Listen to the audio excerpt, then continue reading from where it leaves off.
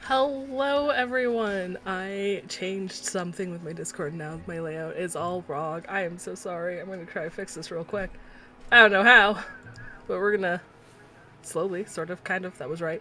No, you're good. You're good. It's on my overlay.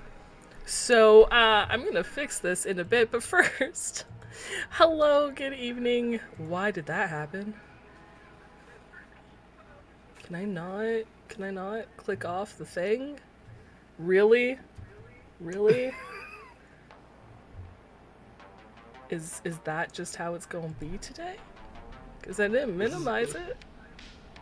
Yeah, Alright, Discord's kind of a pain with some things. there we go. Hello, LCC. By the way, hello everyone. Okay, I'm gonna fix this. In a moment, I'm gonna let Games riff because he's really good at that. But before that, good evening, everyone. Welcome to Jesper's Tales this week, and the first episode of Night City Sofa this year. I'm excited to continue to be your host of this show. And those of you who don't know me, I'm Jester Jesper. I stream Saturdays over on Saves vs. Death, which is, I don't know, my co-channel. Yep. Is that accurate? I think so. I play Moxie 11, a media, in our ongoing Cyberpunk RED campaign. So you can catch me there or here. And joining me tonight is the ever lovely Games, who's going to riff while I fix the overlay. No, I think we'd be sister channels. Sister channels, that's it. Thank you. Uh-huh. Hi, I'm Games In. You may recognize me from such places as the internet. Most of the time over on Saves vs. Death, though. Sometimes I do Minecraft Mondays on my own channel. Or High Shelf recently, but that's not an ongoing thing. But yeah, you may recognize me from places. You can find me at Games End pretty much anywhere fine books are sold, which on the internet is most places. Tonight, I'm sure Jess has a proper introduction, but I'm going to do an introduction to what we're doing while she's editing things. Tonight we'll be discussing the Cyberpunk RED Easy mode that they released, which is amazing. I'm sure she'll talk about all kinds of important things. I'm going to flavor text for the most part. But basically, if you go over to DriveThruRPG, you can pick it up for free in PDF. I think there's a small charge for a physical of it. But it is awesome. It is like if you have too much ADD to read the entire rulebook, you can use this and still enjoy playing Cyberpunk, which is awesome. Yeah. Okay, that was great. That covered actually a lot that I had in my intro. The only thing I want to add that's in my easy mode intro is that Games and I will likely chat about events that take place in the Shades of Scarlet campaign from Saves for Death. So this is your general spoiler warning because we're really bad about saying, hey, spoilers, before we actually talk about it. Oh, and this entire episode is a dark future warning, but, so you know, Cyberpunk is a dark future, so keep that in mind. Okay, so as Games said, tonight we're talking about Cyberpunk RED Easy Mode, which is a 46-page book, which is a great little booklet that is an introduction to the world and system of Cyberpunk RED, or an introduction to the dark future, as it says on the cover, which is in the corner there. Camera is flipped.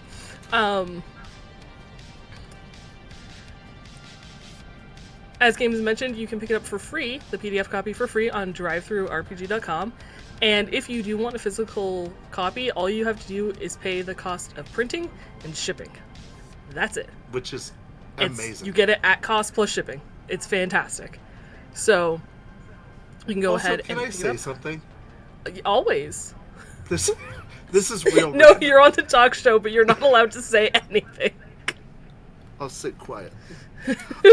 No, I was just gonna say, so we started out with the quick start rules, and actually I remember the moment that they came out, Blank had bought the physical of the quick start, which was awesome. It let us get into the world, and it has a fun story which led to a much bigger campaign.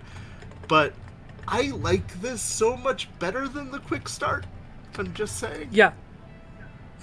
It's so handy, and I remember, like, I've been playing for 3 years now, and going back through and reading this, it's so helpful. Like, just even as a refresher of, oh right, this is how bad the world is at this point.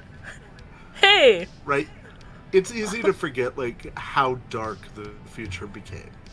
especially in this era, because we see like visual representations tend to be of 2077, which is super fantastic, and everything's kind of put back together, and this is not. Red is not at No. all.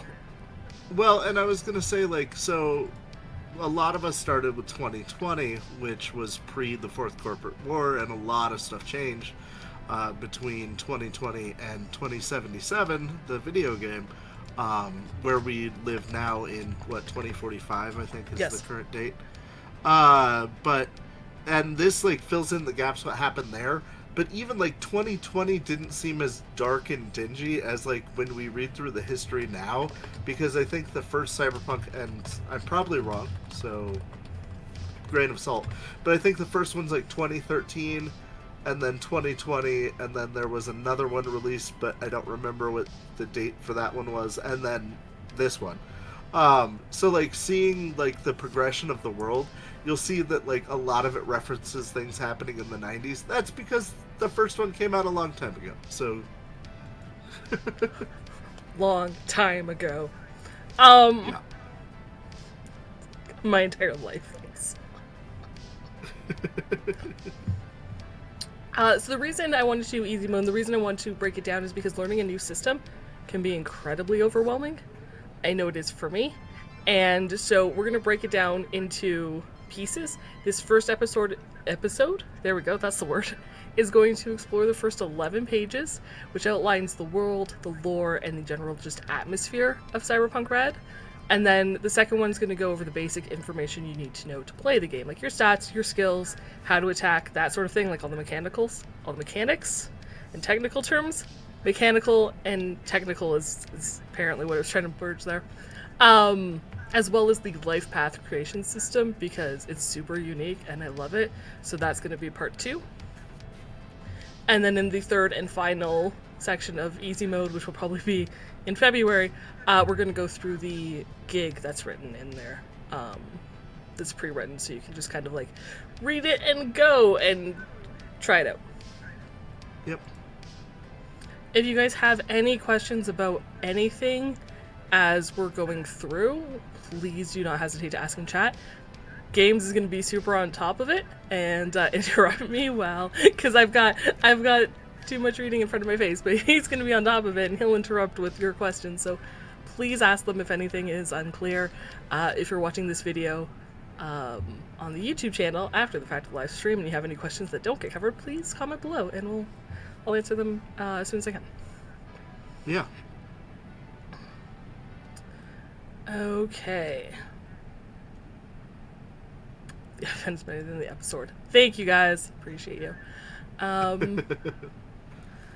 So when we started playing, we started with the Jumpstart kit, and I really wish that between the Jumpstart kit, when we were like, we're just going to do this as a test stream, and hey, this is going to be our system, I wish easy mode had been given to me as a quick intro of this is the basics that you need to know. I learned best by sure it was doing. Out. Was it? I think it might have been. I could be wrong. Still, when it came out, I really wish someone had been like, you should read this. So you Here, understand. I learned best by doing instead of reading, but it summarizes things really nicely in a way that makes sense. So that was super, I don't know, it's handy to get into the mindset. So first it talks about being cyberpunk. And it explains it all in just one column, everything you kind of need to get a feel for the atmosphere of the world. As written, and this is taken, I'm quoting from Easy Mode itself, cyberpunk world is a violent, dangerous place filled with people who'd love to rip your arms off and eat them. From my experience, this is both figurative and literal. If you ever feel Depending safe... on who you run into. Exactly. If you ever feel safe in cyberpunk, something is wrong, or shit is about to go sideways. Yeah. You will have moments, but they are not going to last. And I think Blank does a really good job of encapsulating that fear. Yeah, maybe too well. I would say maybe too well. Uh, Furthermore, and again I'm quoting from the book, the world of cyberpunk is a combination of savage, sophisticated, modern, and retrograde. So it's a world filled with contradictions. You have savage people using super sophisticated gear to achieve personal ambition. The have-nots use what they can get their hands on and improve the old however possible, while those who have purchase cutting-edge gear and the best of the best to protect their interests. In addition, despite the sophisticated modern gear and technological advancements, world events have set back economical, governmental, transportation to times similar to that in the 1930s. So we've got all this modern tech. Like, your fridge can talk to you, your fridge can order groceries, but supply chains don't exist. Like, you ain't getting that shit. If the city net's working at that moment, and if the store has the grocery. Yeah. Internet does not exist. But we will get into that. Not really, not as it does today. So we will get into that. Don't forget the net.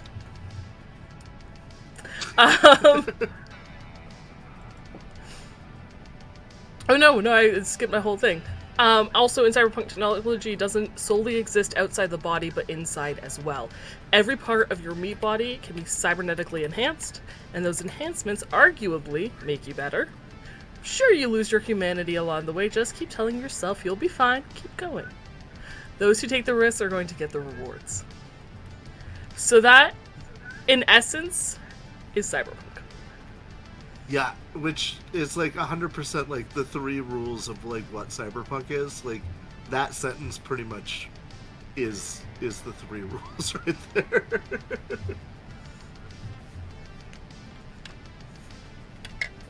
Okay. Which, beautiful segue, because we're going to go over the 3 rules of cyberpunk.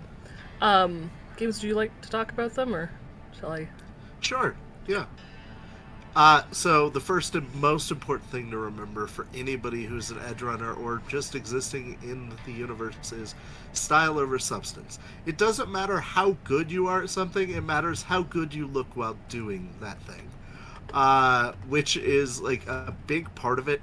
I loved 2020 had like just so much like 80s glam, early 90s glam fashion as part of it, and you still see it. Like, if you look at the beautiful cover work that all the books have and stuff like that, like everything is really pretty. Or like, you may not like be the strongest guy on the street, but if your muscles are all chromed out, you will look like the strongest guy on the street. So I always loved the fact that like the first and most important thing to remember is style over substance. It won't keep you alive, but you know, that's what the world lives on. I'm going to say, not just like what's around you, and how you look, but like in what you do. If you fail, make it look like you totally intended to fail, and just believe it. Well, and that goes into the second thing. Hang on. Which is sorry. I have one more point to make about style. I find that in a lot of TTRPGs, you can act like a cartoon character and wear the same outfit every single episode and it doesn't matter. Not true in Cyberpunk. Depending on where you're going and who you're acting and like talking to, what you wear is a statement in and of itself. Like, it's important. There are places you can't get into without the right clothes. Yeah. And if you're too well dressed in a bad neighborhood, that just puts a larger target on your back. Yep. But yes, going into Rule 2. Sorry. No, you're good. Going into Rule 2, attitude is everything. And that rule basically states that, like, the world is a hard place, so you need to give, like, a tough persona so that people don't mess with you. It doesn't matter if you are more capable of that than they are. This goes with the style over substance, but this is the attitude part of it. Like, it matters that you look like you are a badass. You look like you're competent. If you fail big, but you fail in a way that makes it look like, oh, that was part of the plan. So yeah, you need to just have that air about you that you are the best there is. So I think and I'm going to quote from the book because it sums it up so beautifully, where it's like, think dangerous, be dangerous. Think Yep. weak, be weak. 100%. Everybody in Cyberpunk is packing weaponry. Yeah. So they don't care if you're, a porcupine that is just spouting guns all over the place. If you don't look like you can handle it, no one's going to take you seriously. Right. Well, and I've been much more intimidated by solos that I see that I don't see visible weapons on than I have with solos that have way too many weapons. No. Because the ones with fewer weapons, you're like, oh, what is he hiding from me? What is he capable of? And that's awesome. I like that air of being a badass, There are moments where, I know Moxie's done it quite a few times, shockingly, where just through presence and attitude of I will intend to follow through on my word, of beat you to a pulp if you do not do as I ask, has gotten her through most situations. She doesn't even have to raise a weapon. It's just her attitude of I will fuck you up if you don't comply is enough. 100%. And I would like to say that I think Wraith follows these 3 rules to a T. That doesn't make him competent, but he lives by these. The third rule being live life on the edge. And living on the edge means that everything you do is a gamble. Always be willing to no matter what you're doing, you're risking your life, but always be willing to risk your rep, your cash, on the principles or the big score, because that's how you make a name for yourself, is by being willing to fight the big fight, and never slow down. What is it, the live fast, die young, leave a pretty corpse? That is 100% cyberpunk right there. So, and don't just sit around waiting for an opportunity. Go out and find it, make it. Yeah, save money, don't make money. So, yep, those are the rules to live by on the streets, and I think that it pretty well describes the way that the characters have to live to exist in the universe. At least if you're poor. If you're rich, you can probably ignore a lot of those. Probably. Some of them. I don't know. I don't know that Moxie necessarily always lives on the edge. She doesn't run from trouble, but I don't think she necessarily always goes out looking for it. She just doesn't back down when it finds her, which is a problem. I don't know. She's the one kind of picking the big fights currently. No. She stood her ground for a fight, and it has escalated, and she won't back down. Fair enough. I'll give you that. One specific fight, maybe, that's kind of exploded. The only time I can think of where it was you're willing to risk anything over something small, not necessarily a big score, right? Because we've done big scores, and it's well, we might die, but we're gonna do it anyway. That's easy. Right. But the only time I can remember where it was well, I'm gonna risk this all, and I'm gonna risk by doing something stupid, and this is a spoiler alert. It's probably the first time I will ever say spoiler alert before talking. Is when she played Russian roulette, and part of that was because she had gone slightly into cyberpsychosis. She was very impulsive. But the other one, the main reason was she was on the roof of this building for a reason I don't think she's ever disclosed. And one of the lieutenants, who's already super suspicious of her, was up there, and I wasn't planning on that. So it was well, why are you here? She didn't have a good reason for being up there, so she's well, I'm gonna play this game, because if I was a spy, I wouldn't do something as stupid as playing this game. Therefore, to maintain my cover, I'm gonna do something real stupid, risk my life, in Russian roulette. No, I didn't go all the way, I only played one round, but... I feel there's a lot of examples we have of, us pushing things further than they needed to be pushed. But, yeah, that one being, the big, there's not enough gain for the amount of risk you're doing. Yeah. I think that was her most live on the edge moment she's ever done, was... I think having drinks which are cool probably turned out to be one. Yeah, that was not smart either. Take risks. Take risks. Enjoy the consequences. It's all part of the plan, guys. It was all part of the plan. So now that you know the main rules of, the type of character that you're going to play and the type of characters that exist in this world, Easy Mode introduces us to the setting that you'll be playing in. So why do you have to be these dangerous attitudes, everything kind of in your face character? We're going to go over that. So, Cyberpunk RED takes place in an alternate future where the world is currently recovering from a devastating global war. The main setting for Cyberpunk RED is Night City, which is located in America. Since this is an alternate future, Easy Mode gives us a brief summary of what led to the setting's fall of America. Because it's not the America we know today. Nope. So at the end... quite different. Quite different. Well, precursor? At the end of the 1980s, the United States had dissolved into an all-engulfing wave of competing special interest groups, media-fueled fads, and an overall me-first worldview, which, hey, doesn't that sound real familiar right now? Yeah. Yep. By the mid-90s, so, 5 years, 5 years later, the number of homeless had risen to 21 million, and a technical revolution left two radically divergent classes.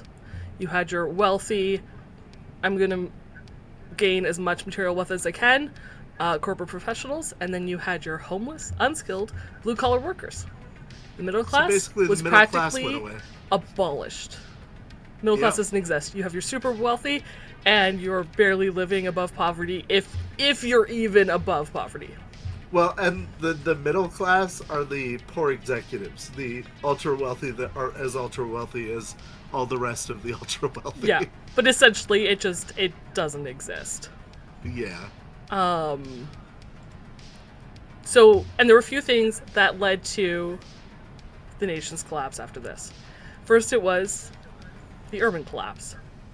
Large cities had business areas that were controlled by the corporations that kept the area clean and well-lit and free of crime and poverty.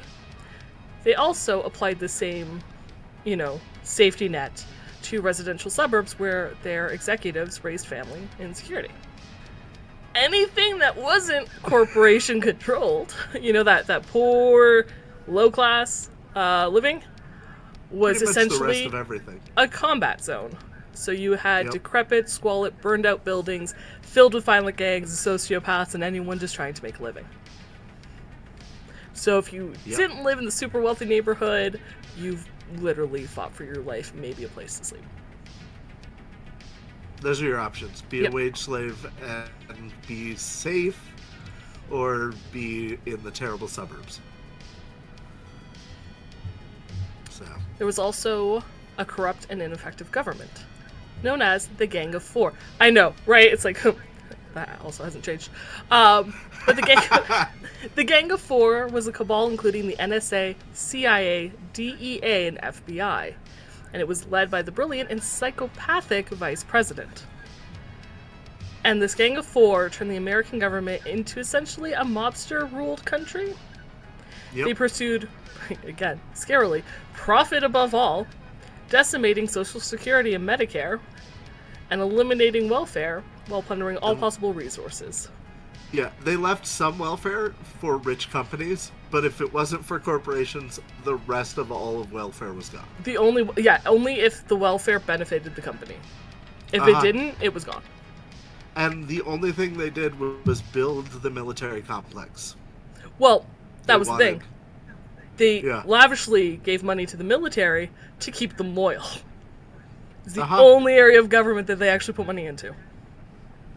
Well, and we went back into an era of imperialism, like trying to take over new territories and stuff, which is scary as a concept. Thank goodness that's not happening now.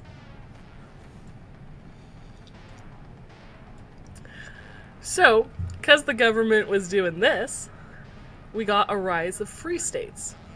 Individual states, fed up with the actions of bureaucracy and the exposed machinations of the Gang of Four, began to declare themselves free states. So, the free states set their own laws, which were mostly the common laws that we're used to. But they made their own trade agreements. But the big thing was they kept their taxes in their individual states. So federal tax wasn't spread across, the entire country anymore. It was now limited to, it lost money depending on which states did not stay within. And I liked the way the free states spread, because it was like Washington and Oregon and the Dakotas all were like, hey, we're going to be free states, we don't want your nonsense. And Northern California is like, yeah, we're going to do what Washington and Oregon are doing. And Southern California was like, I don't think so.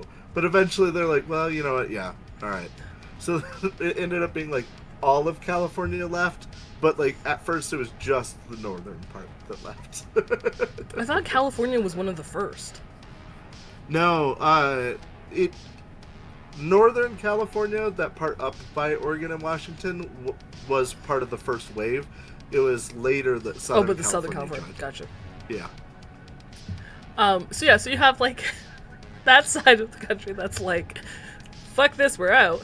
Then you also had the new Rust Bowl. So not only was society essentially falling apart, but the Earth was too. The effects of global warming caused vast areas of the northern hemisphere to suffer unending years of back-to-back drought. Many small towns in the Midwestern states were abandoned, as farms, businesses, and banks collapsed from drought and then, of course, the ensuing famine.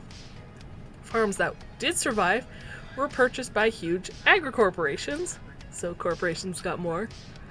Yay. And they were maintained with corporate-controlled wells, well-equipped guards. So the Midwestern urban zones suffered from...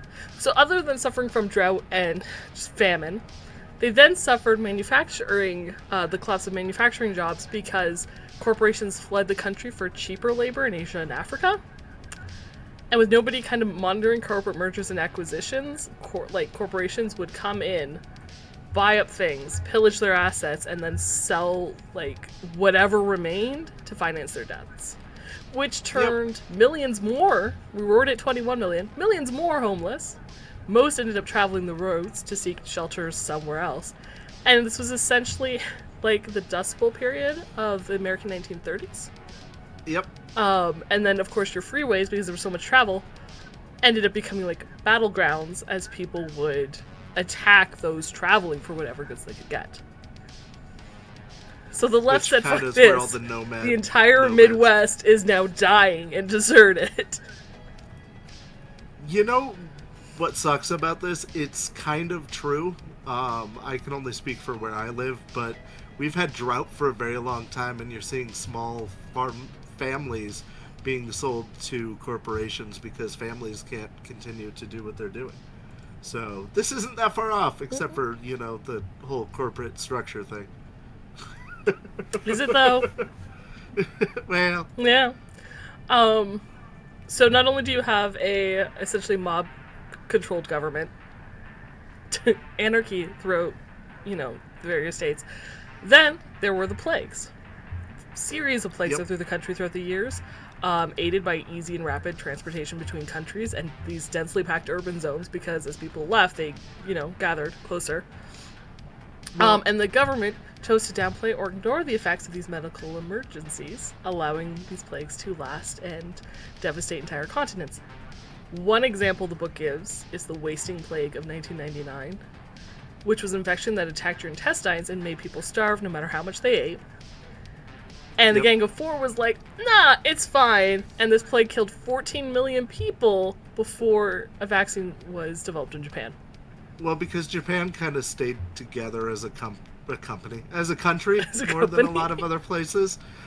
So they were the only ones that were really capable of making a vaccine. The Gang of Four, in their stripping money from everybody, didn't really put any money into the medical system. So they tore out Medicare, wasn't remember? a way to... Yeah. Yeah. But, even the parts that weren't Medicare... they didn't really invest in the medical industries. No, because there was no profit for it. Yeah, there was not really the infrastructure or people or technology needed to take care of the diseases that were just ravishing everything, because they were big plagues that had come from every other country and all the fast travel and everything. It Well, got and the real wasting bad. plague started in Europe Yeah, before it came over. before it came over. Yeah. Yep. So yeah, so with a government that ignored and didn't put anything in structure, Yep. then we also had, so that's going on top of everything else. You also had the rise of cybernetics. So in the late 20th century, cybernetics achieved incredible advancements. So what was once, do you have poor eyesight? Go get glasses, became, do you have poor eyesight? Well, replace them with cyber optics that can see for miles in the dark and maybe even shoot lasers like a superhero. Yep. And the rise of replacing your organic parts with cybernetics caused corporations and governments to employ cybernetically enhanced warriors to, guard those clean, safe areas. But because people started getting impatient, and they were just kind of used to having all this new technology in a body that, it was new, but then if other things were slower, they got frustrated. And it was the first time we actually started to see psychotic breaks. So then those developed into murderous rampages called cyberpsychosis. And then we got to see the plague of cyberpsychosis also ravage the country. Yeah. In the beginning, they kind of downplayed cyberpsychosis and was like, yeah, it's not really a thing, even though it was a thing, and didn't put any research into it. So it became like a huge problem before it was recognized as even being a problem. And like the whole development of all of the cyberware kind of led to a cold war, like an arms race to like see who could get the fastest gear the fastest, and it created a black market. And man, cyberware really messed things up. And not only did it create this black market and this arms race, but there was also technoshock, which was a major contributor to the social chaos. Because when technological change goes faster than one's ability to comprehend it and put it into our lives, people just kind of they react one of two ways. They either wait to be told what to do because they don't understand what's going on anymore, and or they become rational violent and they fall into this feeling of helplessness. Which you can kind of see now, like when you're young and you grow up with technology, it's a little bit easier to stay in tune with it. But even now, like as someone who grew up playing, and I had an Atari system as my first thing, I had a Walkman. I don't know if anybody in the chat knows what this is. Started with a Walkman. Now I have access to millions of MP3 tracks that I can grab from anywhere at any time. There is Bluetooth and wireless linked to everything.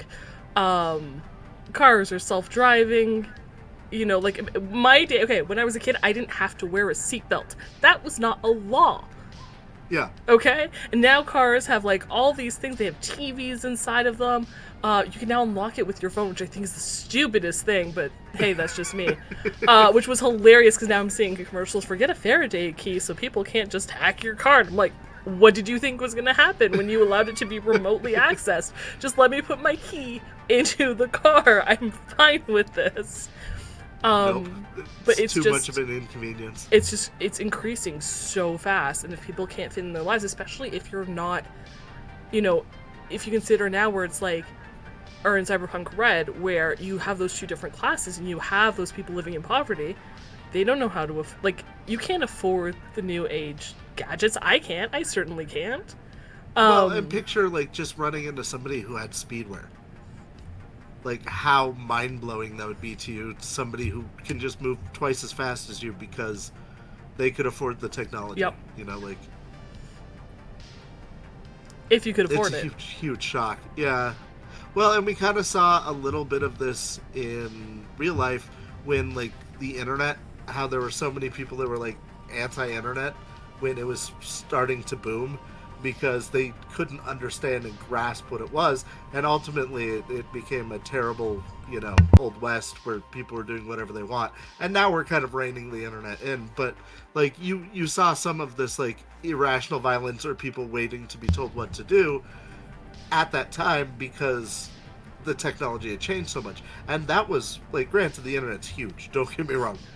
Game changer. But in comparison to cyberware, it is nothing.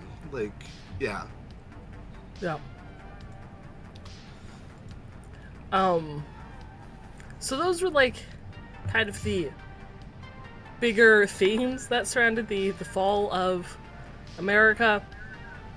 Um, and so after Izuma kind of tells you all of this, they then go into a timeline so you can kind of understand the more specifics that took place every year or every few years. Which, by the way, just remember, it's within like 60 years of history. Yep. That's not a lot. No. And it's important for, and this is one of those things that I think about because I'm like, as a player and going through this again, I'm like, these are things that my character would have experienced in their lifetime, at least been affected by a good chunk of this, and my character's parents definitely would have lived through most of this. So when you're creating those stories and you're creating that life path and, you know, you're putting all this kind of into perspective, it will inform why your character maybe reacts to certain things the way they do and what their life was like leading up to it. Yeah, because thinking about Wraith's age, Yeah. he would have been alive for a lot of the stuff that happened. Uh-huh. I thought about that. I thought about that specifically because of Wraith's age. Yeah. I think I was curious because I think he was born either the year of or the year after the Wasting Plague. What year is the Wasting Plague? Well, the timeline says 2000. The description said 1999. Well, people first started getting it in 99, but 2000 is when it really killed the most people. Probably when the No, vaccine hit and they had numbers. he would have been born around the time of the First Corporate War, so right after the Wasting Plague had struck the U.S. So this was my thought, though, right? How did Wraith's parents survive during this Wasting Plague? Yep. And even if that was like the year after, like your mom would have been pregnant during this Wasting Plague. Yep. So how important was food for you at your table? Like, was it coveted? Was it hoarded? Like, how did that... Well, and it affects their mentality going forward if this is like something like... I know people who lived through the Great Depression, and actually interviewing some of them because I've written papers on it before. Some of the people I talked to were like, we were poor farmers. We never had much, so like, we nothing really changed for us. And then you talk to other people that are like, no, I still like hoard money because I was afraid of what happened, you know? So. Yeah. My grandma, who lived through World War II, because I'm from European, from Europe is my heritage, and so she survived the war and then, you know, moved here. And she was very particular about not spending extra money, always like making sure she had just like enough food, never overspending, always saving because you never know what's going to happen. Yeah. And my mother, who of course is a boomer, money, whatever. Like, very, very different mindsets.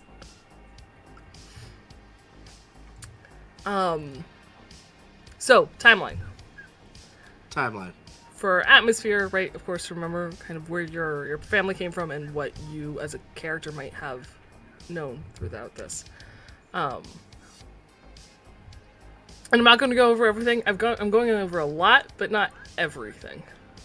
There's a lot here. There's a lot, and I'm going to go over most of it, but not all of it. So in 1994, the secret coup was launched by the Gang of Four, which effectively ended federal democracy in the U.S., and it was during this time that many states declared themselves free states. So if you had a parent, or your character is just older and lived through this, you might have been one of those first few states that declared themselves free.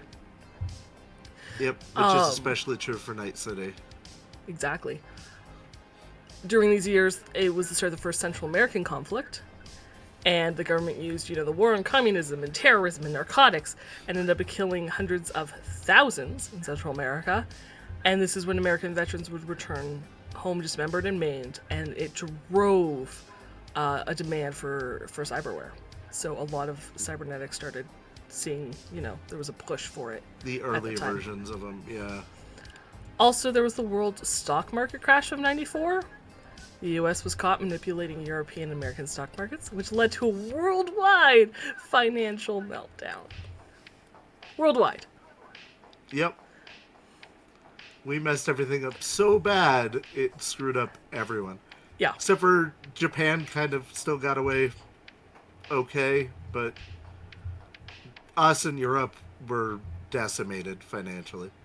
Um, and then in 96, 2 years after the stock market crash, was the collapse of the United States. Weakened by the world stock market crash and overwhelmed by unemployment, homelessness, and corruption, many local governments collapsed or went bankrupt. You Yep. also had the Nomad riots because at that point, 1 in 4 Americans, 1 in 4, are homeless. So chances are your parents of your character that you're playing experienced homelessness at some For sure. point. Hundreds of thousands riot for living space with the United States, and nomad packs spring up on the West Coast and spread rapidly throughout the nation. Which then, of course, you had that war on the roads, right? So it was not safe, even though it was happening. The U.S. Constitution was suspended and martial law was established.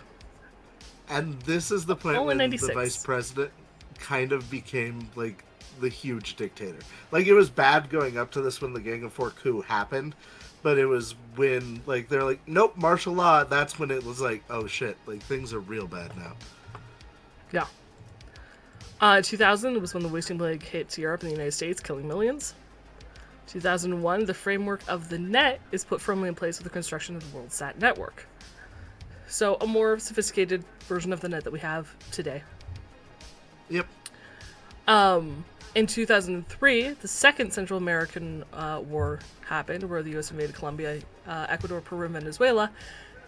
And the war is a massive disaster that costs many American lives and leaves thousands of troops to struggle home on their own. So, again, They my weren't character even wasn't evacuated. born during this time.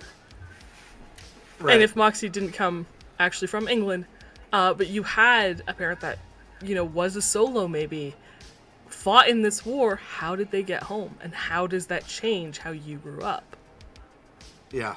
And their country didn't even like try to bring them home. No. They were like, find your own way. Yep. However, it was at this time that the remainder of the Gang of Four was swept away, elections resumed, although at this point they're heavily influenced by the mega corporations because, I mean, really at that point, probably the only ones That's who all could that's vote. left. Yeah. Yeah.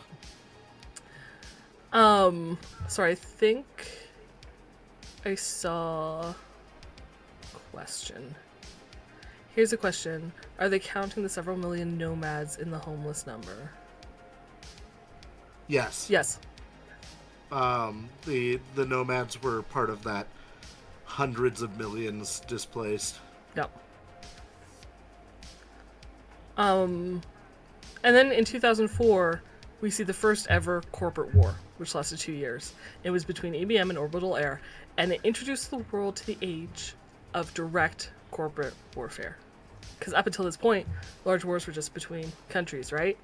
But now they could send special ops teams into a corporation or cybersecurity attacks from corporation to corporation, which had never before been seen.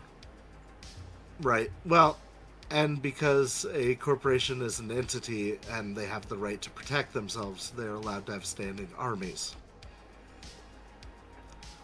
2008, 2 years after the first corporate war ended, the second corporate war occurred between Savoil and Petrochem because they couldn't come to an agreement about a new oil field. And they started attacking each other in such a massive, like Gabe said, they had standing armies in such a massive and violent way. Like, it wasn't just like strike teams and cyber hacks, it was like open warfare between the two companies that it really shocked citizens. Like, this was the first time it was like, oh shit, things can get real bloody real bad. Well, and I could be wrong, but if I remember right, the second corporate war was the first one that the other, like, the Savoil and Petroclim both went to other corporations to get allies. So it started involving other I think corporations in that's small ways. I think that's the third corporate war. No, the Was fourth it the one. third? Sorry, fourth. I But could be wrong. yeah, it starting at the second corporate war, it starts getting messy on a worldwide scale, not on like a local Yes. scale. Yes, because Solvoil and Metrochem were spread out. Yeah. 2013, the Soul Killer virus was developed, originally designed as a way to implant recorded personalities into human bodies, and then the designer Alda Cunningham was kidnapped and told to weaponize Soul Killer. The same year, we get the first true artificial intelligence, which is developed at Microtech's Sunnyvale, California facility. In 2014, Rich Bossmart plants the data crash virus into the architecture of the net as Ihara Grubb redesigns it entirely. Which is important to know because it didn't release it at the time it was implanted. It stayed buried for years. In 2016, the third corporate war happened, where unknown terrorists attacked corporations worldwide, causing billions of damages. Yep. And then in 2021, and I think this is possibly the biggest one, in 2021, the Aqua corporations, Sino and OTEC, went to war with each other on and below the sea. Yeah, because this takes place right after the 2020 setting, and in 2020 there was a lot to do with like underwater facility, like underwater cities that were starting to form, and like orbital stations that were starting to form, and so like this starts a war in those underwater cities, which is interesting. And that's when Arasaka and Militech got into the war. So a year later, in 2022, they started fighting to see who would control the outcome of the Sino-OTEC war. So now you had 4 companies on a global scale battling each other. During Corporate Red in 2022, Rage Barsmont is killed, and 2 weeks later, his Dead Man switch activates, and activates his data crash virus. And data crash, by the way, sorry, Go ahead. I didn't mean to interrupt you. Go ahead. So, data crash just wiped out the entire original net that existed, and after that, like they tried to do net 2.0 and stuff, but like we never got a big worldwide network again after data crash infected the networks. No. So the virus infected 78.2% of the net that year. Saburo Arasaka tried to create a secure database of unaffected knowledge in the new Arasaka Towers facility in Night City. Making it a big target.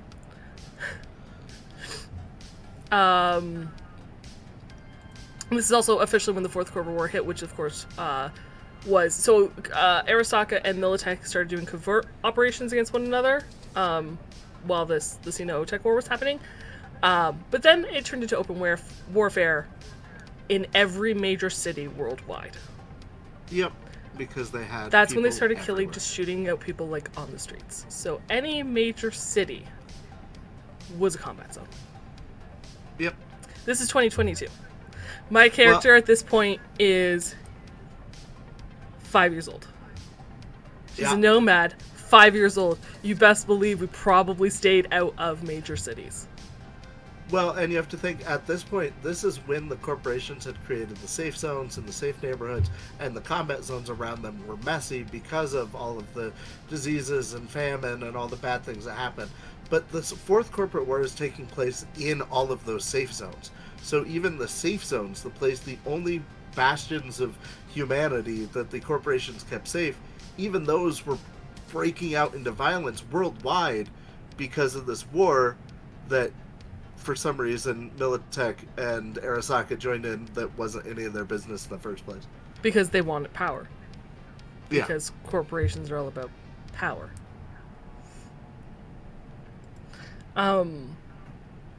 Also, Moxie's mom, fun fact, is a solo. So she would have been fighting, probably would have taken on contracts during this time. It's probably how you guys managed to survive financially. Yeah. Yeah. Dad actually handled Nomad trade negotiations. She was off fighting. That I knew.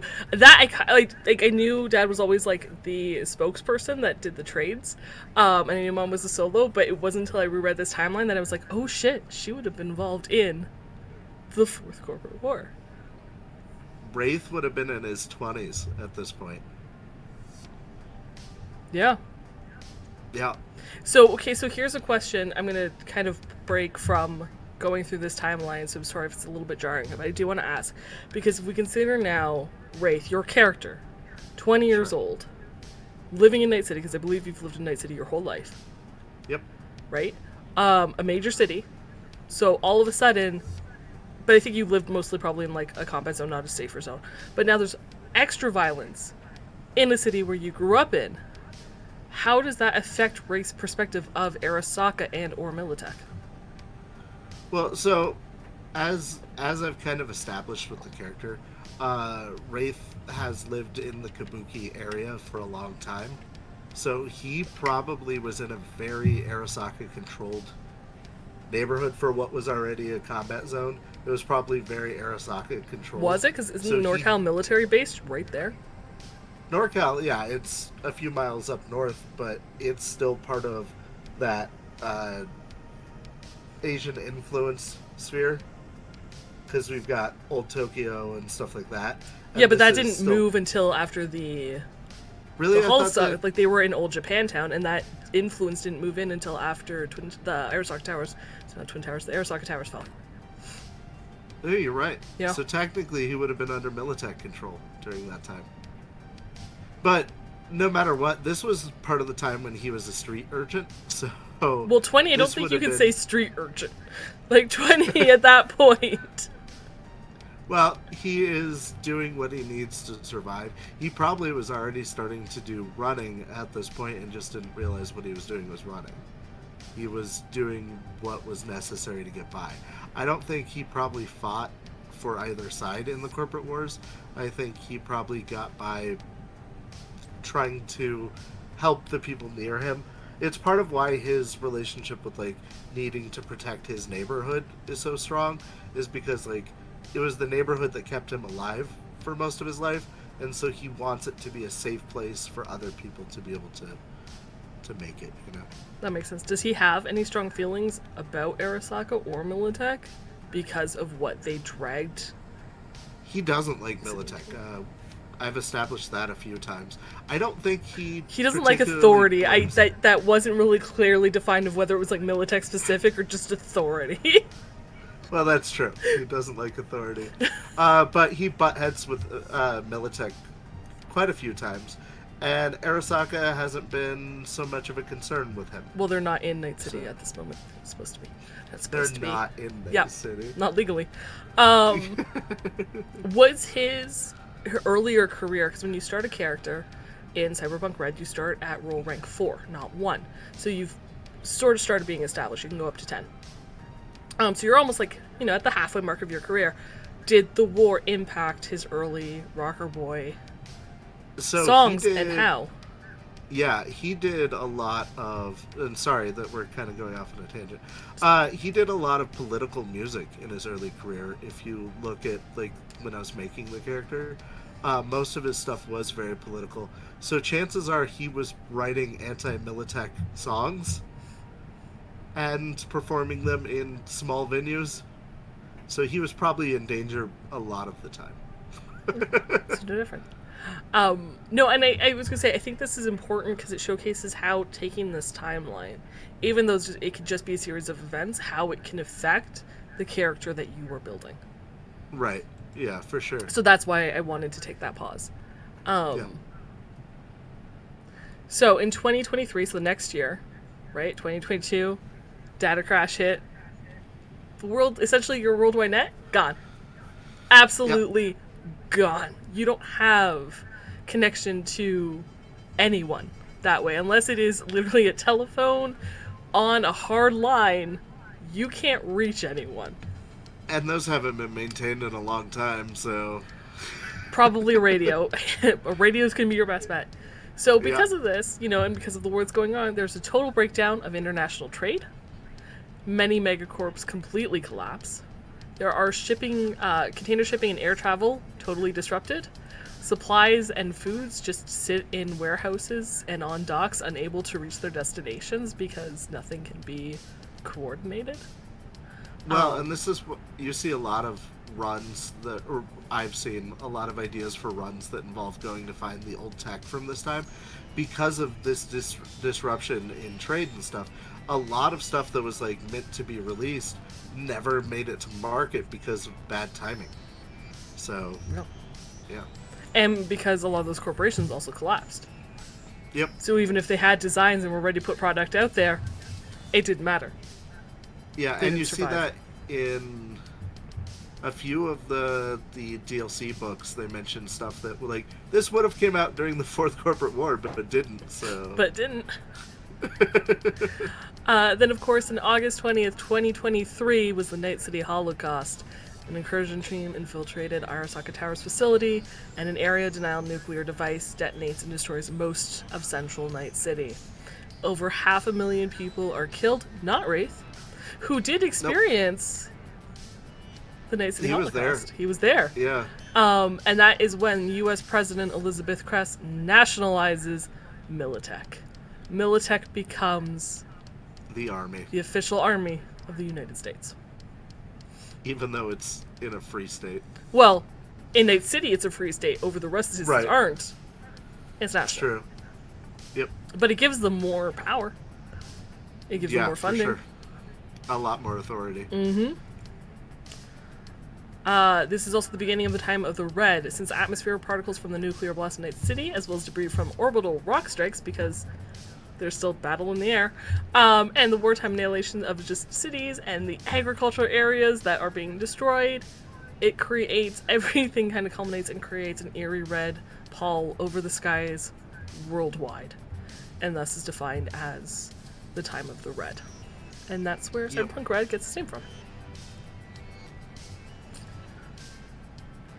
But we're still 20 years before, like, technically, Current. you're right, the current setting. So, I think 2025? this is about the time, 2025 is about the time I think that the book that came out after 2020 and before Red took place was right around the time of 2025, if I remember right. Yeah. So we have the end of the Fourth Corporate War, finally.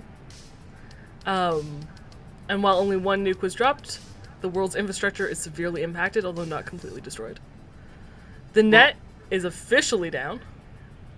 Yep. The Japanese government almost breaks down, but by refusing to be associated with Arasaka, they save national face. That was their Yep. only thing That's that how got they them were able to survive. barely skated by. I was going to say about the end of the Fourth Corporate War, there are 3 more years of fighting that wrap up in different pockets of the world where they're still fighting.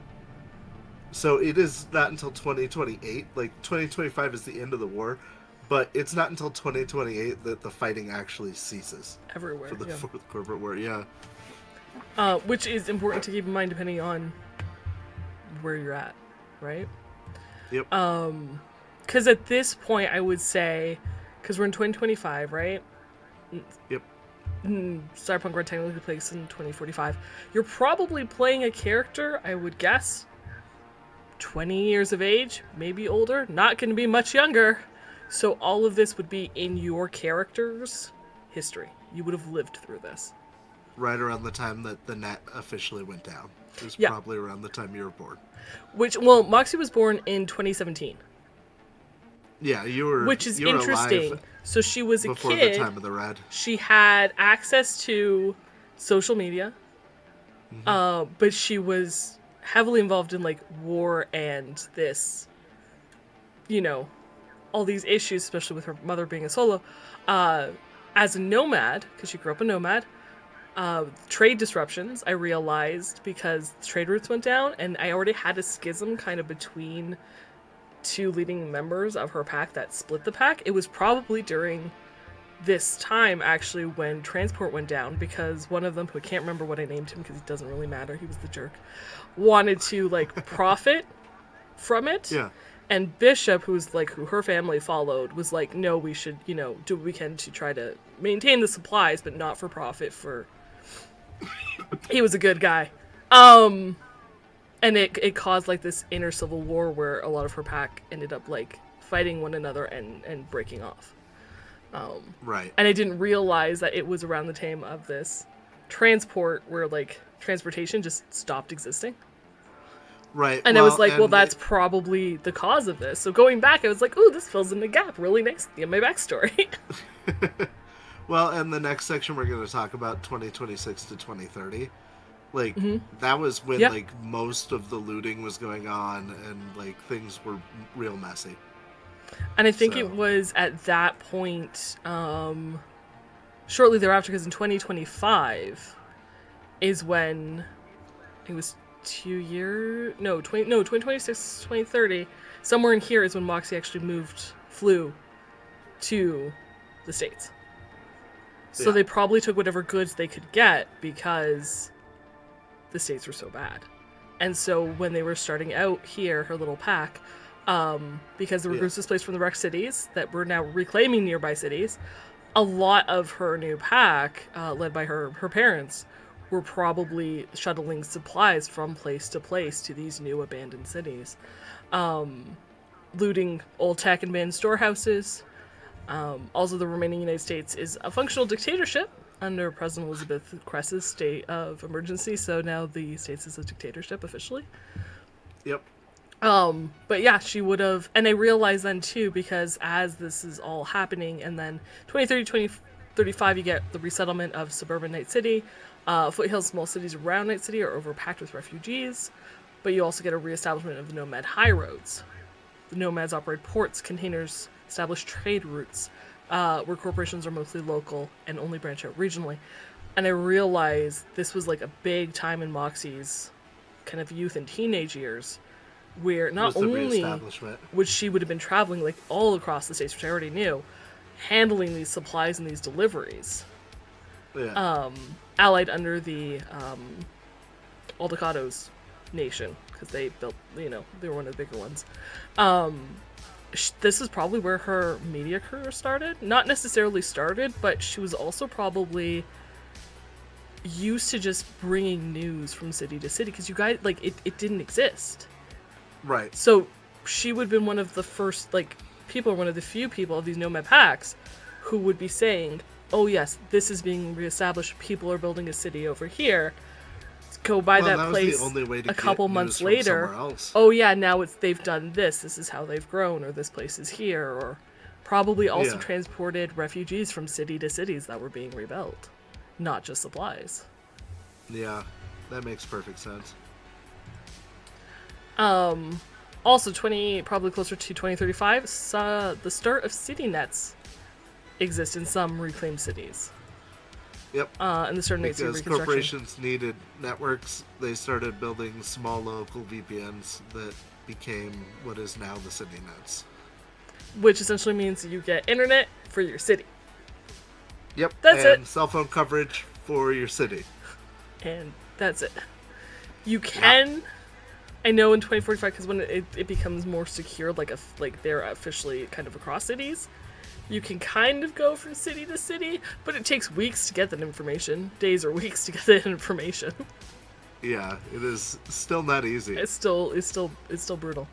I maintain the net's still out there, man.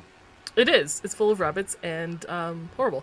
As I will explain, because in 2035 to 45, we see the first wave, like the first star of wave cities start to reclaim under support from local government and remaining megacorps.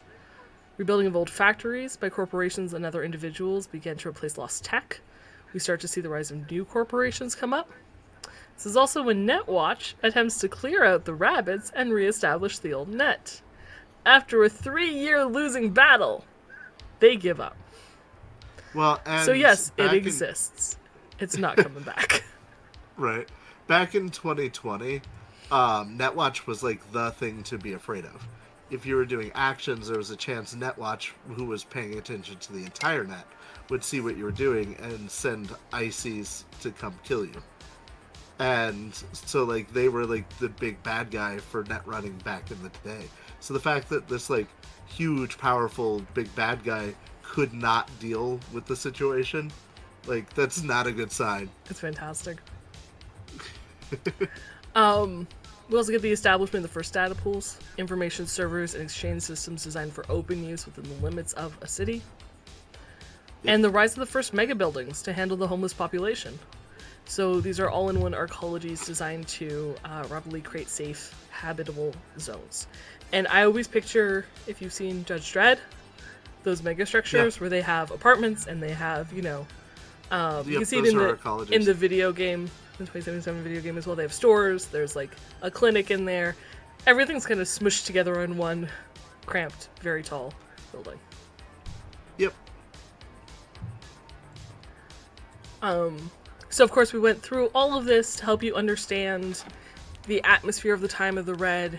Things are being rebuilt. There is isolation because you are not connected to the rest of the world. You are just barely connected to your city. And that's it. Trade routes are still disrupted. Finance is still screwed over. Government is mega corporations pretty much. Basic goods can be really hard to come by, and there's still this massive disparity between the wealthy and everyone else.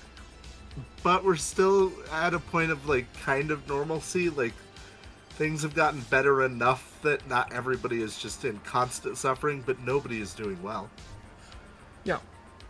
And we're gonna get into like how in this time of like rebuilding and isolation, you can still get goods and how things are still working, and they do that by looking at Night City specifically. So we're gonna go on a quick 10-minute break, and when we come back, we're gonna delve into the Night City portion of the world and the atmosphere, because chances are it's the main setting for Cyberpunk RED, and that's probably where a game is going to take place. So we're gonna go into detail about the city when we return.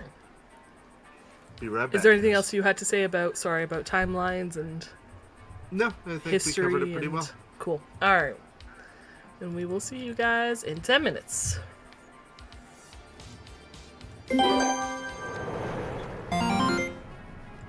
Hello everyone, welcome back to Night City Sofa. We are talking, this is part 1 of our kind of in-depth review on Cyberpunk RED Easy Mode, which is an introduction to the system, the world of the dark future. If you would like a copy that you can get, you can read all this stuff in detail, you can head through DriveThruRPG, head over to DriveThruRPG, and pick up a PDF copy for free. Or if you would like a physical copy, it'll only cost you the cost of printing it and shipping it. So very cheap to get your hands on if you prefer physical books. And with that, we're going to get into the second part of this episode, talking about the world, the history, and the atmosphere of Cyberpunk.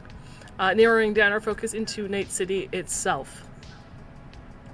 Now, Night City is located in a free state near the junction of Northern and Southern California. The city was founded during the collapse of the United States in 1996 by an enterprising land developer named Richard Knight. He bought most of the land and began to work on his vision of a new, safe, and clean corporate city free of crime and urban blight. Shortly thereafter, he was assassinated, and his dream became kind of a nightmare in comparison to what he foresaw. He tried, though. That's what's important. He had a vision. By 2020, Night City was rapidly growing, filled with violence and crime, but also a strong economic growth with the presence of multiple megacorps. And I'm sure, actually, I'm going to take a pause here before we get into it, because 2020 is kind of considered a golden age, especially compared to what we have now. So what was the 2020s like, games? Cyberpunk 2020? The good old yesteryear of the 2020s. No, honestly, it's a lot like the Red, except for like things weren't hard to get a hold of. The net was a much crazier place, but there were different checks and balances in place to make up for those like excesses of things. Is that like we had things like Netwatch to worry about. And not only did you have the Militech, but you also had, other policing agencies and stuff like that. So yeah, it was just as chaotic. There was just as much violence and stuff as there is now. It was easier to come by things, and a lot more of the runs were more like corporations that were trying to grow. You were doing jobs for them to help them get outdo their the people they were against. A lot of it was more corporate based. Nope. Like, granted, it's still very corporate based, but back then there was a lot more focus on that, and that was pretty much it. That's true. It's But you it's had more very- access to like information and oh goods yeah, and information was easier to services. come by. Yeah, and as much as they've made like net running, like the whole hacking thing, a lot better now, it was a lot more free back then, I guess, is what I'm trying to say. You didn't have like the individual nodes so much as you had like the bigger net architectures. So Okay. Well, we had all that, which was wonderful. But then Night City nearly fell to ruin after the nuclear device detonated in Arasaka Tower. During the time of the Red, Night City continues to heal from the ravages of the past decades, while remaining an armed society under a blanket of appalling poverty, violence, and inequity. Services are spotty, the law is chancy, you can't run the net to the edge of space anymore. You are Yeah. limited to small architectures. If you're gonna yep, go... basically what I just said. Yeah. Although I feel like in the 2020 law, there was a little more... The law had a stronger presence as opposed to... hit or miss. Law was a lot stronger then than it is now. It was much more of a thing, whether it be through governmental agencies or corporate agencies or stuff like that. It was a lot stronger, I think, than it is now. The street cops now are real impotent in comparison to what they were more capable of doing back then. I also like that the book talks about the Crystal Palace, because living in space was more of a thing, and living under the ocean was more of a thing Yeah. than it is now. Not so much now, yeah. Real hard to live in space without the internet. It's hard to go to space when, you can't get this ship. In general, things still work in the city. You may not be able to get the latest digital agent, which is, of course, your upgraded cell phone, which acts... It's essentially like having a personal assistant in a digital rectangle. Yep. Or the best weapons on the market, as supply chains are still in disarray, but with the right connections to rooftop and green wall gardens, bandit solar collectors, and refabbed hardware by attack, probably eating better than you were now in this time of the city compared to the 10 years prior. You have access to more reliable power and gear. Your fixer can probably find you stuff on the street, so it's not quite the same as it was, but the street still works. You can still get stuff. It's just going to be Not maybe nearly a as little more easy. complicated and not the latest and greatest.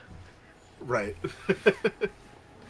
I'll never forget, and this was kind of a great example, in one of the Elflands Online DLCs. They mentioned that whenever one of the dungeons requires you to kill these floating cursed heads in a specific order, the code of which, the order, is printed on the inside of Continental Brand's sacred herb kibble, and whenever they re-release this, the code changes. But the codes are city specific, and Yeah. Night City's code was sent somewhere else because transport got it wrong, and it took months before a nomad, a C-specific nomad crew, brought the right kibble to Night City for people to know which order to kill them in. Right. That's Months. So we're going to break down Night City. If your game is going to take place, you'll need to know about the districts and basic information, especially if you've probably lived here your whole life, like Wraith. Yep. Easy mode breaks down the districts, the Neocorps, Megacorps, and the gangs. We're going to start with districts and zones. Night City is broken into various districts. Each district is individually zoned.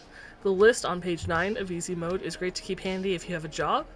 That way, if your fixer sends you to Old Japantown, let's say, you might roughly know the threat level and what to expect there. Yeah. So I'm going to, easy mode goes into detail of each district. I'm just going to go over by like the zone threat level and like which districts fall in that category. So I'm doing it a little bit different from easy mode. So first we have the hot zones. These are areas with pockets of radiation, tons of rubble, and goods that have been buried from the devastation of 2023. These districts include the old bank block, the old city center, the old corporate center, and the old medical center. This is one of the locations in the salvaging your gear, salvaging your goods DLC. God, I can't remember the name of it. But it's a great place where things that have been buried can still be salvaged. Even though it's we were old tech, discussing that during the break. Sorry. you can repurpose it. Go ahead. We were discussing during the break that they had talked about how they brought just gigatons of fill dirt and just covered over a lot of these blocks and part of the bay. And in covering them over, like, there's a huge undercity with all kinds of cool stuff down there if you're willing to go find it. Salvaging Night City, by the way, is what the DLC is called. DLC is called. One would think I could remember that. But yeah, so if you're a GM and you're wondering like how to build a campaign, sending a crew to try to excavate old gear from one of those zones is a good starting point. Yep. Next, we have the combat zones. These are areas where gangs and psychos thrive. The law only enters in extreme circumstances, and buildings are mostly hideouts or gang headquarters. These districts include South Night City, the Old Combat Zone, Old Japantown, and Little China. We spend so much time in the combat zones. No, we don't. We really don't. We currently live in Old Japantown. No, we lived in Old Japantown. Moxie got us a new place in New Westbrook. Right. Because she's like, I mean, like, I am not living in this. I just mean, like, the stuff that we did, like, all of the stuff with the Jackal's Lantern and all of that is all combat zone area. Well, Jackal's Lantern is the Glen, which is rebuilt. I thought it was on the edge of the combat zone and the Glen. I'd have to look it up. It was more Glen, but yeah. We skirt Old Japantown combat zone, but we don't actually go in there. I think even our crew is like, we know better. We'd rather not. We try to avoid it if we can. Which is funny, because I feel like if you're living in a combat zone, you probably have scavenged gear. You probably have whatever weapon you could find off the street, like poor quality. You're not doing super great, which means our crew should be able to roll in there, and unless we get somehow completely surrounded, handle anyone who comes our way. With ease. But yet... Not with the GM we have. We love you, Blake. Next, you have your rebuilding urban zones. So these areas are the safest non-executive zones.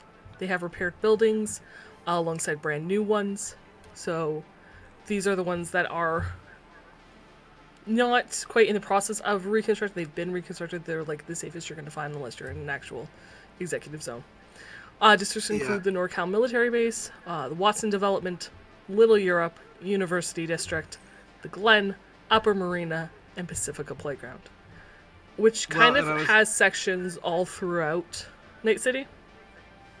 Yeah, and Morro Rock. I was gonna say though that like in a lot of these you'll see those big arcologies built to house all the poor people that were displaced during the Fourth Corporate War. That's why they're as stably developed as they are, is because they kind of just crammed a lot of people in those areas. Yes. You also have your overpacked suburbs, and these are the districts along the edge of the city, and they are packed with the homeless that are squatting in buildings or living in tent cities, so the ones that have not yet been moved into an actual mega structure. Have not been crammed in yet. Exactly. These districts include New Westbrook, Haywood Industrial Zone, Haywood, which is colloquially divided. The north part of Haywood they call Haywood.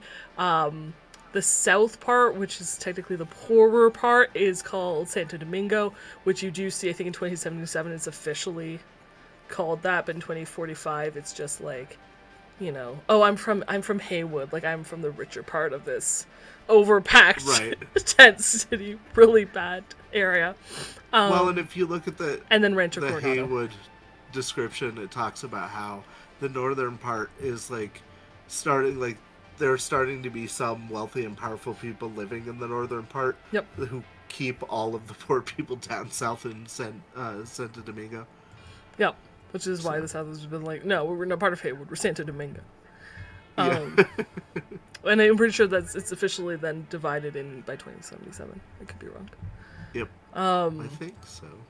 And then finally you have the executive zone, one singular new zone for the safety and pleasure of the corporate elite that has been carved out of the open hills surrounding the city. Yep. Which we have never gone to in game. I don't think we could even get into if we tried. No, it would be quite the work to get in there. We'd have to be invited, basically. I keep fearing that Moxie is going to get kidnapped into the executive zone, and if that happens, I'm sorry. It was nice knowing you. Right? Yeah. I had a better chance being trapped in a combat zone, like, warehouse. Right. So those are essentially your districts. And like I said, easy mode goes into a quick summary of each of the specific districts, as opposed to where I grouped it by zone. So definitely check it out. Read up on those. You don't need to know them by heart, but like I said, it's a great reference, especially when you're starting out, to understand the type of area that you're going to be either working or operating in, or going to. Yep, it's good to know just a general blurb about them. And it can help you for like how you grew up. If you grew up in the city, what types of areas, which district you might have grown up in if you were growing up like in a combat zone on the streets versus a tent city versus somewhere that actually had a mega structure. Right.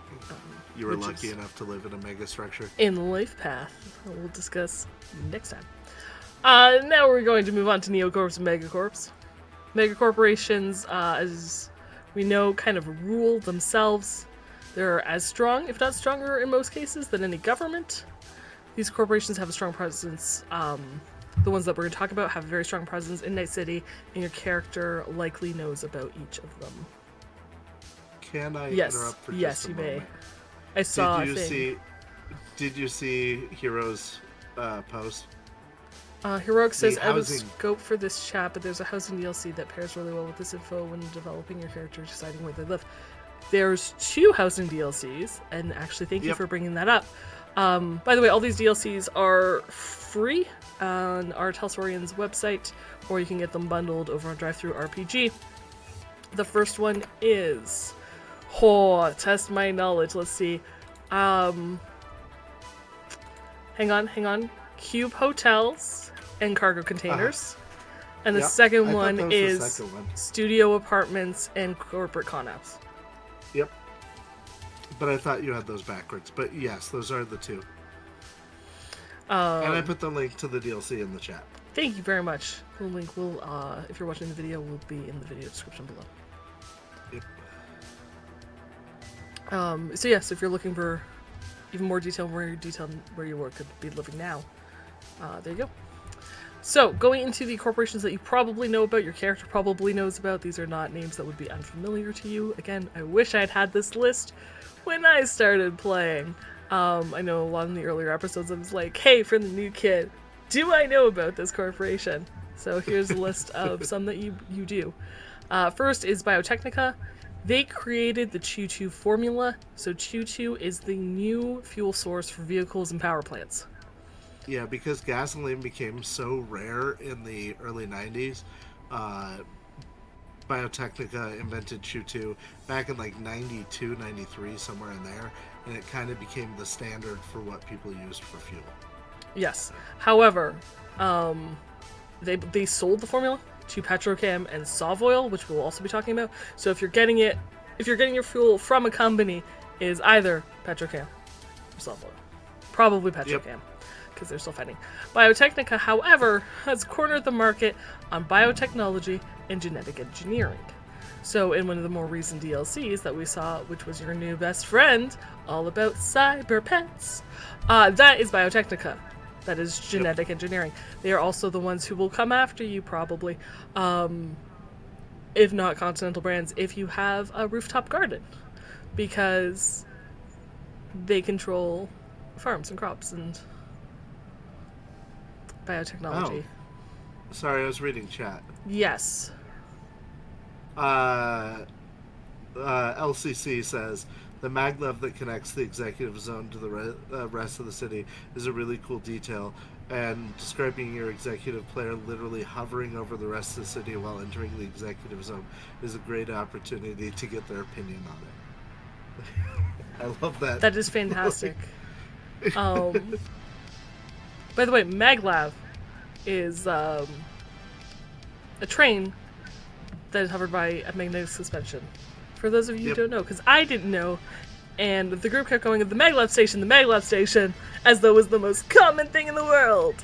Yeah, you didn't know about that? I didn't know about that. So finally I stopped them at one point and I was like, hey, new kid. What is? Well, and Val actually points out something important too. That Biotechnica, they developed the Choo-Choo formula, but they didn't have the resources to be able to manufacture it in the quantity necessary. But from selling the formula, they were already a big kid on the block. No. Before that, but now they're huge. So. Next, you would know about Continental Brands, which is the food production company and owner of the Oasis chain of markets. So an Oasis is essentially kind of like your supermarket, but it's also filled with vending machines where you would get like your toothbrush or your shampoo or whatever. But your common kind of like store chain is an Oasis, and that is run by Continental Brands. They also make all the kibble flavors in the world, and they violently oppose any competition in one of the DLCs. I can't remember. I think it was. Oh god, I have to stretch my brain. I reference this one all the time, which is like the worst thing about it. Collecting the random. In collecting the random, one of like the kind of side gigs of like ideas you could use is some granny wants to open a food truck business, and Continental Brands is trying to like destroy it and obliterate it because the granny has made a cookie that's I think the same nutrition as kibble but tastes significantly better. And they're like, no, this one single food truck needs to be wiped off the planet. Like, destroy it.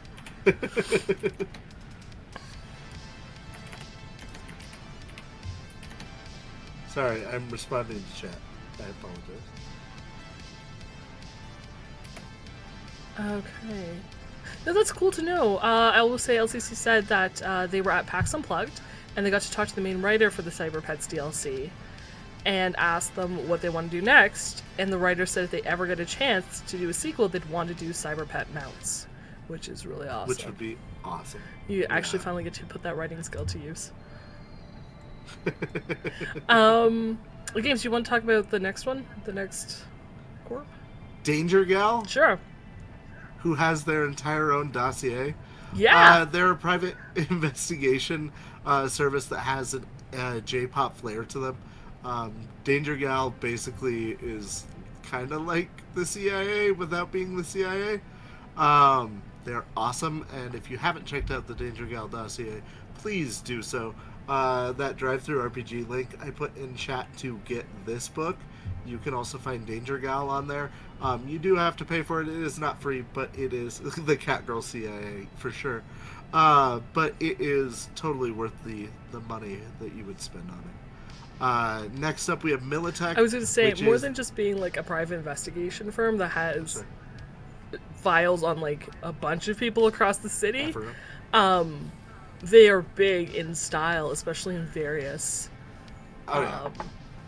different pieces of gear. And recently in the 12 Days of Redness DLC that we got, where you got smart ears, which are essentially fancy headphones that could do different things, the Danger Gal line which were ears that kind of emulated the style of certain Danger Gal members, were their most popular. So they're not just like a private investigation firm; they're also like this like superstar celebrity private investigation firm. Yeah, they're like the James Bond of spies. Like everyone knows who the fuck James Bond is, even though he's supposed to be covert. Yeah. Sorry, go ahead. Your next one. I was going to talk about Militech, which we've talked about quite a bit already.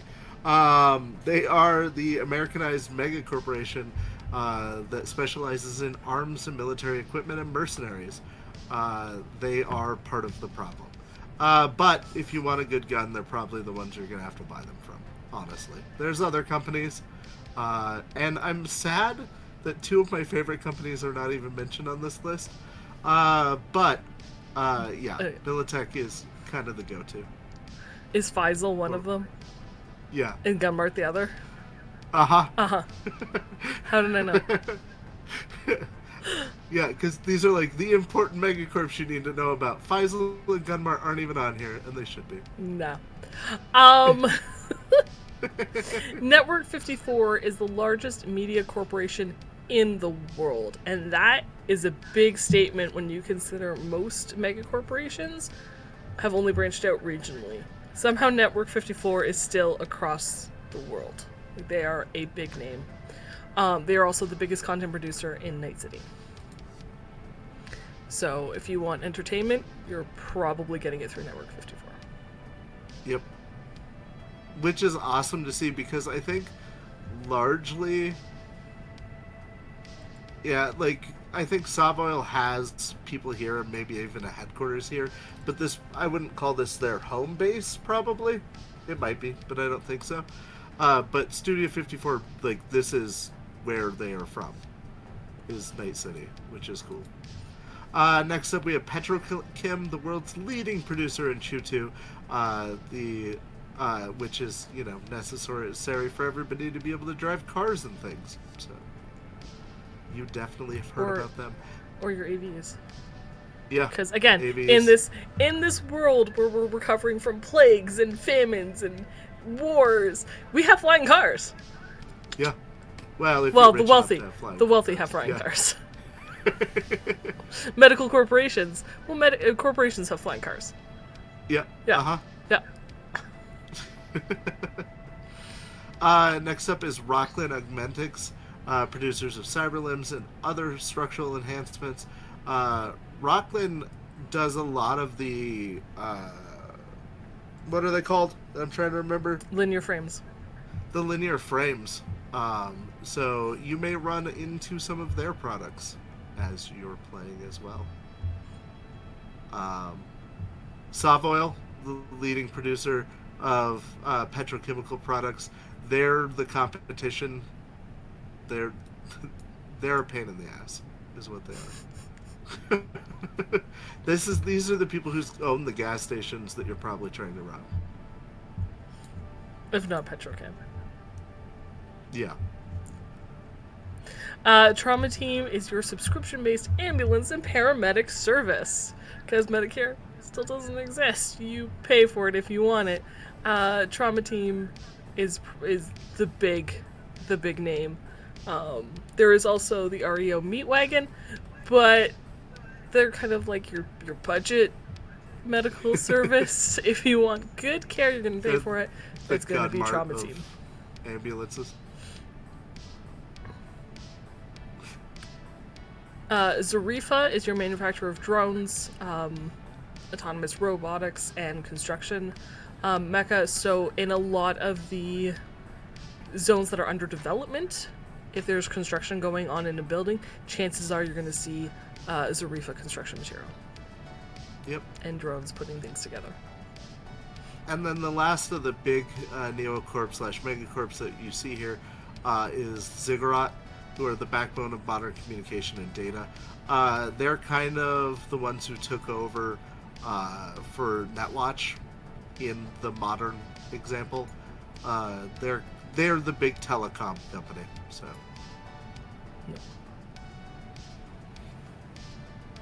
That's the ones they mentioned, but like we've said, there are a lot of other very important corporations. Yang's Wheels is a great neocorp. Give them a look. Yeah. But yeah, Spinning your reels. Check out the DLC. these are the big ones that your character definitely knows if they're out about the world. Yep. So apart from the mega corporations, you probably need to know the gangs, some of the gangs around Night City, the big ones that have definitely made a name for themselves. We're going to go over them really quickly. So 6th Street is a vigilante gang born from veterans of the Fourth Corporate War. The Bozos are a pack of lethal and sadistic pranksters who have biosculpted themselves to look like clowns. So they don't just dress the part, they have gotten medically altered to appear that way, specifically. To be clowns. Yeah, I believe there's currently a war going on between two specific circuses. And they mostly reside in South Night City. Could be wrong. I need to refresh my knowledge in Danger Gal. Then we have the I can't speak English. Inquisitioners, which is a cult gang who believe that cyberware is blasphemous and think nothing of tearing it right out of your body. They are the humana first people that are like, purity is not having any of the modern cyberware. You need to be human. They can be very scary if you run into them, honestly. I was gonna say, I don't think I've ever seen them in a gig, or we've definitely never encountered them, and I was reading Easy Mode in this, and I'm like, they would be such a cool cult gang that's just terrifying to come up against. Oh, for sure. Yeah. I think that we have not ran into them for any reason. So, yeah. Yeah, more Inquisitors. Next up, we have Maelstrom, which is your classic booster gang. That they basically are the opposite of the Inquisitors. They are as chromed out as you can possibly be because metal is better than meat. They would be Dolph Lundgren's character in Johnny Mnemonic. And we deal with them all the time. Yeah. Some not as crazy as others. It's true. I like that Maelstrom, despite being like obviously Chrome first, but they can still be a wide variety of super violent to pretty chill. Like party gang or, crazy. The Philharmonic Vampires are a gang known for their elaborate pranks and gothic fashion sense. But they're mostly just a kind of poser prank gang. Yeah. Yep. The Piranhas are your typical party gang. They party, they drink, they do drugs, and they mug people, all because of a just because lifestyle. Because we can. YOLO. That's the Piranhas. Yep. They really buy into the 3 rules of the Cyberpunk universe. Yes. And they have their own version of Smash, so check it out if you're ever in a Piranha area. Then we have the Reckoners, which is an apocalyptic cult that believes in the coming harvest of souls, and they are happy to take donations off your dead body. They are very violent and reckless and should not be fucked with. So,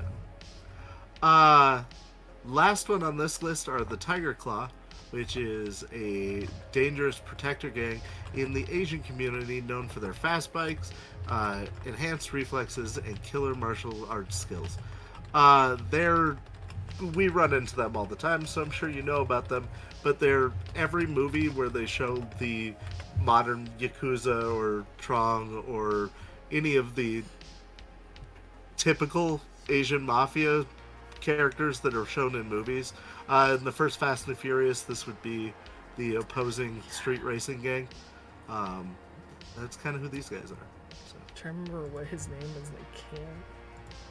Yeah, I can't either, and I really should know it. I wanted to say I want to say Johnny Storm, which is not right. I know that. It is Johnny something. It is. Yeah, I think it is Johnny something. Yeah. Tran? Ooh, Johnny Tran. Yeah, I think that's it. I think it is Johnny Tran. Yeah. Nice.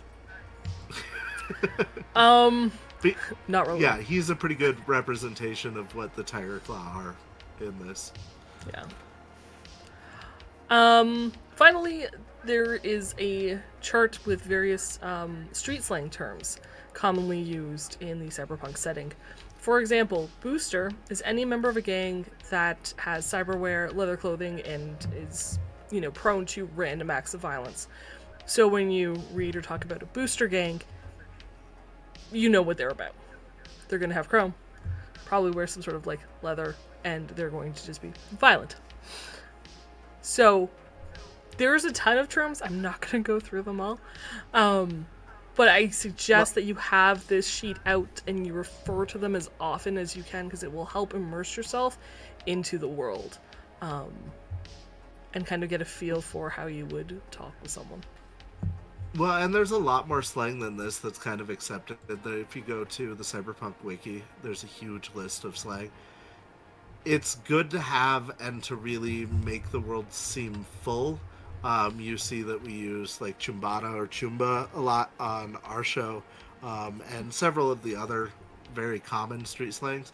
But also be careful about it because sometimes you'll try to slip in some slang, and nobody at the table will understand it because it's just such a weird usage of it. So use it, but make sure that everyone else understands what you're trying to communicate. Bonanza is not in the list of street slang terms, no. In this list, I do not believe it is. It is not. Yeah, I was gonna say I didn't think so. Um, I will say, I know I wasn't gonna go through them. I do like the terms of input output for casual lovers Yeah. and mainline for like a steady relationship Mm-hmm. because it makes it very like just kind of futuristic and technical. Like it's almost attached in terminology. Right. But I do really enjoy it.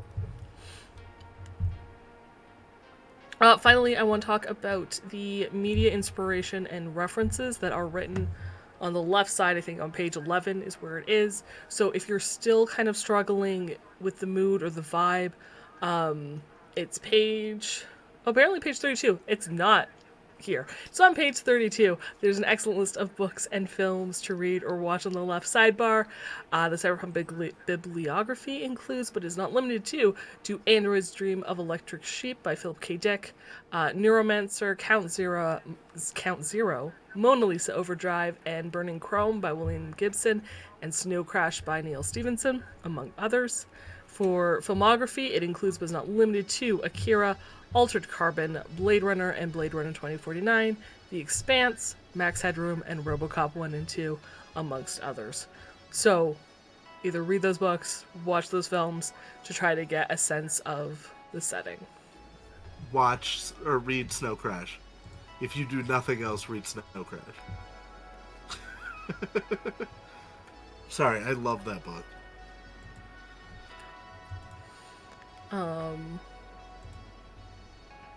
I want to say Mona Lisa Overdrive, I swear, is the name of a track in the Matrix. Matrix movie is also somewhere on that list, I believe. Yeah. But it says the trilogy, so ignore the fourth film. I don't know if it is, but I feel like it is the name of a track in there. Anyway, that's all I've got for Easy Mo talking about the history, the world, the atmosphere, and I hope that's been of help to you guys, especially if you're new and trying to get into it. I hope that kind of helps break it down, how it can help influence your character decisions or building a character, and what essentially the world is like. Yep. We will return in 2 weeks on the. Hang on, while I pull up a calendar because I'm bad with dates. 24th. To go into part 2 of Easy Mode, which I said will be a lot more of the mechanics and the technical terms. So now that you've, created a character and you kind of know this world that you're going to live in, what you need to know to actually play the game. Yeah. And read a character Those sheet. little details. Little details like that. We'll go for the life path system and all that other good, fun stuff. thank you guys so much for joining me. And Yeah, thank you, thank Games, you. for being here and helping explain this beautiful Thank you, setting. Jess. It's been a lot of fun. And until next time, uh, stay frosty.